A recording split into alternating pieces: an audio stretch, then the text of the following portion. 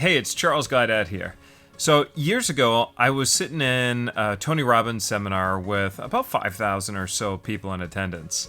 And here I am, I'm sitting in the front row, I'm looking over my shoulder, and I'm thinking that everybody else here has the same problem, but me, my problem is different.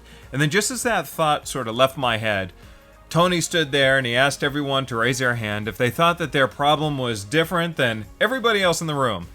And sure enough, about 80 to 90% of the room all had their hand raised up high. You see, your clients are thinking the same thing. They're all sitting there thinking that their problem is different and that they're doubtful that you really understand and get them. You see, all too often you see companies trying to focus on coming up with the best marketing funnel or the best sales message, when in fact, if you're finding it difficult to attract leads and convert leads, it may just be that you're trying too hard to be a one-size-fits-all solution. This is where we say, dilution is not the solution. Again, that's dilution is not the solution. You see, narrowing your focus and niching your market to a very particular segment with a very specific problem and a common desire is actually a growth strategy. And when you nail it, people just automatically start to gravitate to you, and selling becomes so much easier. I spoke to a management consultant who was stuck at around $2 million in revenue.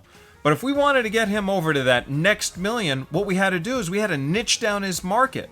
I worked with a $1 million agency. Guy was doing just under $1 million a year. We narrowed down his market very, very, very tightly. And within 3 years, we helped him make over $20 million a year in revenue. That's why one of my mentors always said, look, the riches are in the niches. I know it sounds weird to go narrow down to grow, but the riches are in the niches. And we see this throughout everyday life.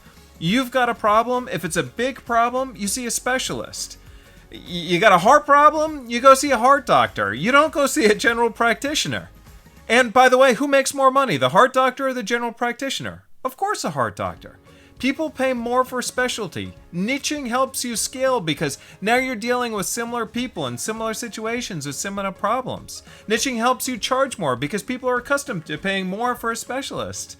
And it allows you to attract and to convert more clients because people are more likely to believe that you understand their problem. The media company Trend Watching, they say that consumers actively hunt for the best of the best, and the best of the best is often not mass. The only mass that they're willing to put up with is the stuff that they really don't care about and that they can get on the cheap.